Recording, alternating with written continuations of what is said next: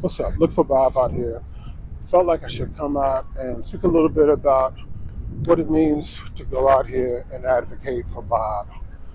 So I definitely have some questions, or people have some looks, or have some thoughts. Like, what does it mean to advocate for Bob? Why is it just black-owned businesses? Why isn't it just business for everybody? So I wanted to come up with 5 reasons that Look for Bob advocates for Bob. Reason number one: I remember being on the South Side, down in South Shore, going to get a haircut, and I was totally surprised that it was an Asian guy that came in and was taking the orders for the supplies for all the barbers and all the beauticians.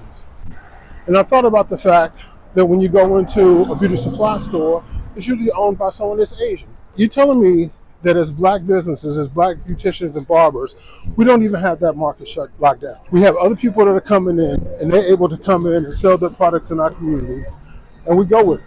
But I know that I wouldn't be able to get anywhere if I were going to Chinatown or another community and try to open up a shop like a noodle shop, or let's say I wanted to open up a taco shop in Pilsen here in Chicago. You know that that would practically be impossible. Reason number two: I feel like other cultures already have a calling card. You think about when you go to a store, or if you're just driving down the street, and let's say you're Asian.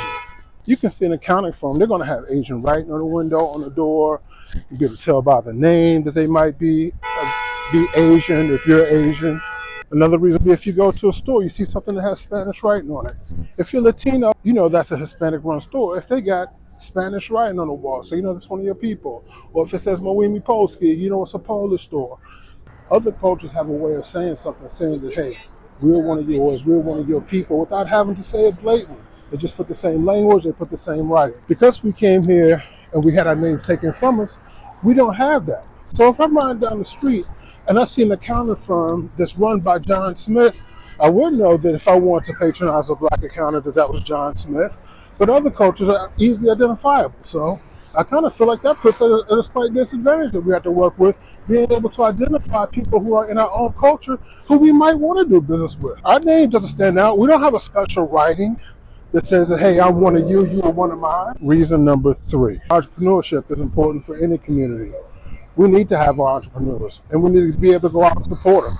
And we need to be able to find them and be able to know where they are with opportunities. So if I need somebody to come cut my grass, if I need somebody to come shovel the driveway up here in Chicago, or if I'm looking for a black dentist, if I'm looking for a black doctor, and we know statistics about the incidence of things happening, about birth mortality rates and things along that line. So why wouldn't we? Why wouldn't someone want an opportunity to at least know or be able to find who a black doctor might be there, who a black midwife might be?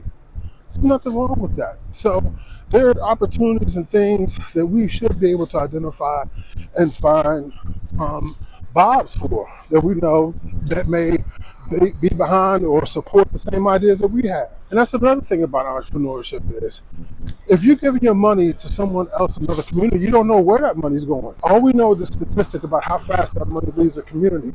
But really, when you think about it, where is that money going? And we really just don't know.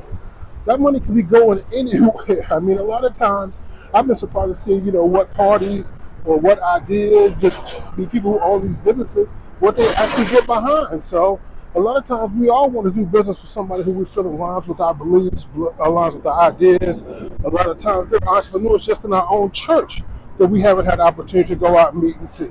So it just makes all the sense in the world to be able to go out, find, and identify other Bobs that are in your area.